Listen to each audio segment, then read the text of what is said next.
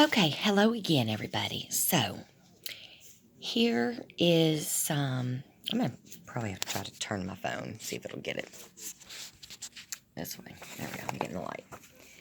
So, this is my tumor in August, and this is my tumor last week, January. So, see?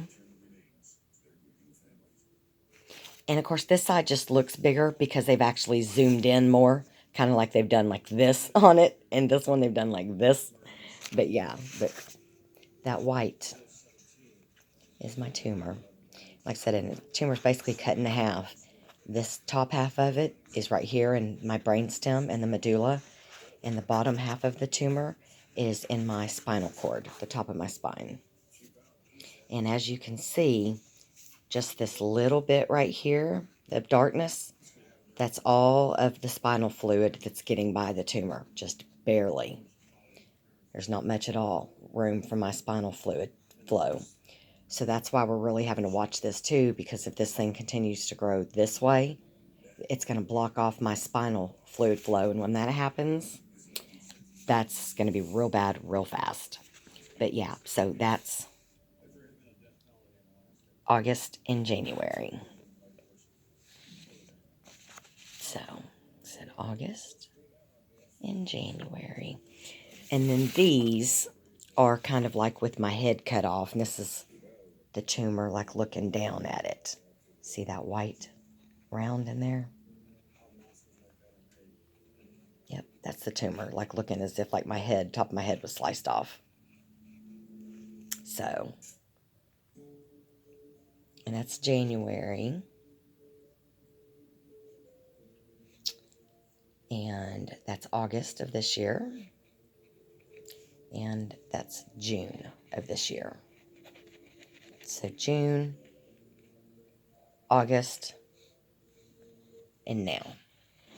So there's, you can see it good there. So see, it's pretty much the same. Here's August, and there's last week.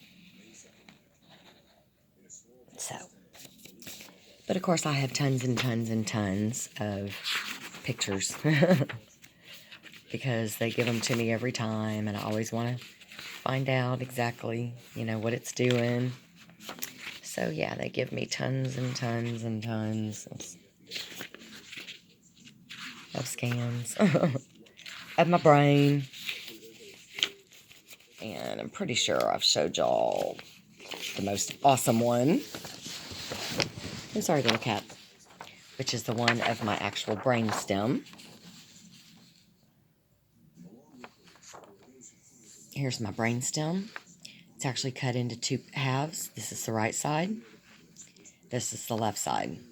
You can see on the right how like light and white the tissue is and healthy. And you see how small it is. See how like narrow this is. And then look how fat and stretched out this is. It's because the tumor is inside of here. So that's why it's so big and stretched out. It should look like this. But it doesn't. It looks like this. So that's that. And then this is the Tempus DNA testing. And sorry, I'm having to turn my phone around. It tests for for 648 different genetic genes and mutations. And they basically run through all these different things. And that's how they discovered that mine, that's how they discovered that I tested positive for the BRAF V600E. Let's see if I can, I don't even know. Yeah, there we go.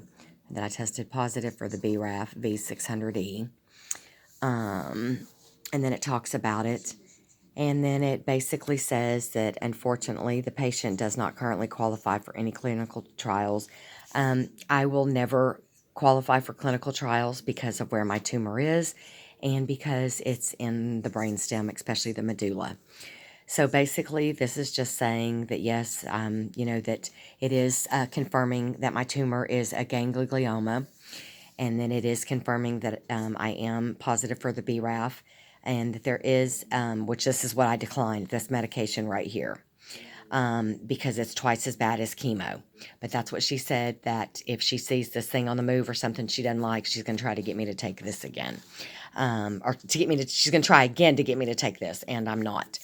But yeah, but this is pretty much, like I said, what it does. It tests for, like I said, 648 different mutations. So, and then just gives you a whole bunch of information regarding your tumor, the genetic makeup of it. I can't even get the pages to change.